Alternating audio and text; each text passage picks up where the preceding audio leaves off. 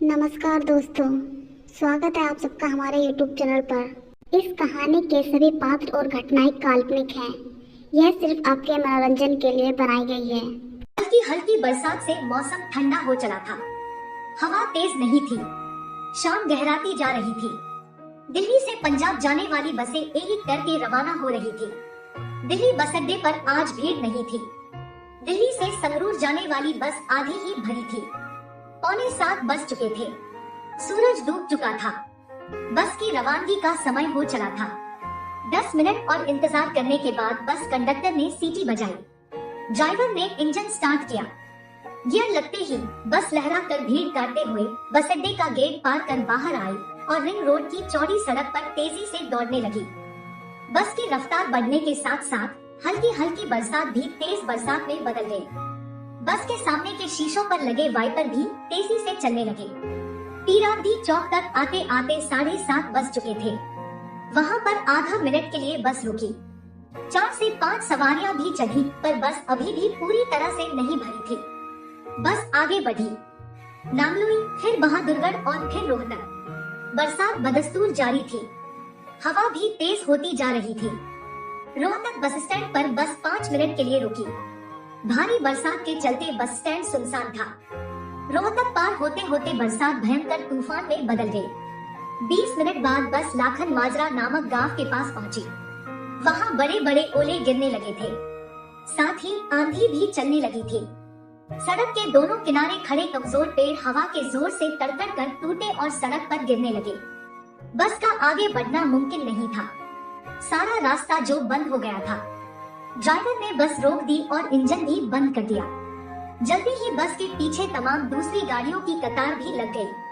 अब भीषण बरसात तूफान में बदल गई। क्या करें, कहां जाएं? दिल्ली से संगरूर का महज 6 घंटे का सफर था।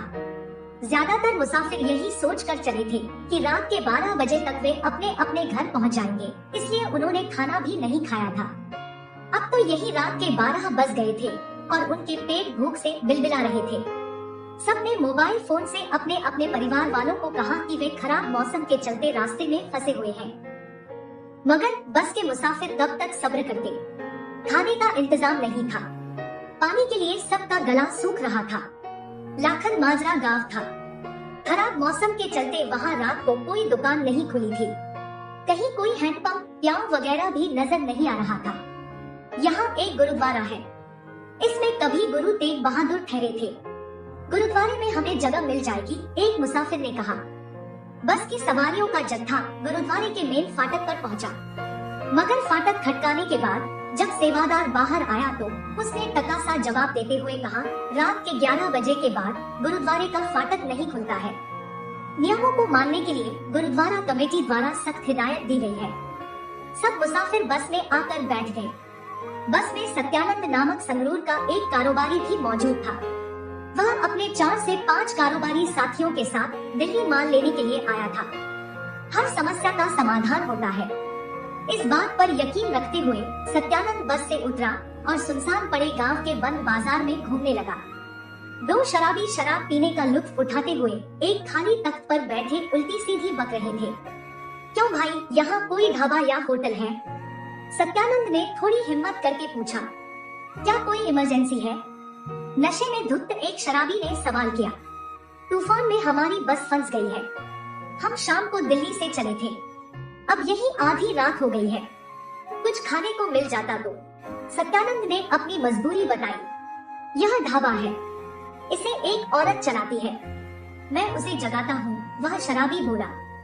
साहब, इस समय रोटी, अचार और कच्चे प्याज के सिवा कुछ नहीं मिलेगा।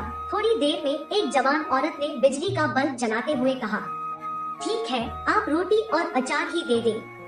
थोड़ी देर में बस के सभी मुसाफिरों ने रोटी, अचार और प्याज का लुत्फ उठाया। अपने पैसे देने के बाद सत्यानंद ने पूछा, चाय मिलेगी क्या?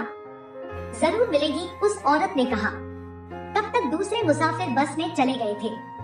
चाय सुरखते हुए सत्यानंद ने उस औरत की तरफ देखा। वह कड़क जवान देहाती औरत थी। साहब, कुछ और चाहिए क्या? उस औरत ने अजीब सी नजरों से देखते हुए पूछा। क्या मतलब? आप आराम करना चाहो तो अंदर बिस्तर लगा है, दुकान के पिछवाड़े की ओर इशारा करते हुए उस औरत ने कहा। सत्यानंद अधेड़ उम्र का था। उसे अपनी पूरी जिंदगी में ऐसा न्योता नहीं मिला था। 1 घंटा आराम करने के बाद उन्होंने उस औरत से पूछा, क्या दूं? जो आपकी मर्जी, उस औरत ने कपड़े पहनते हुए कहा। 100 रुपए का एक नोट उसे थमाकर सत्यानंद बस में आ बैठा।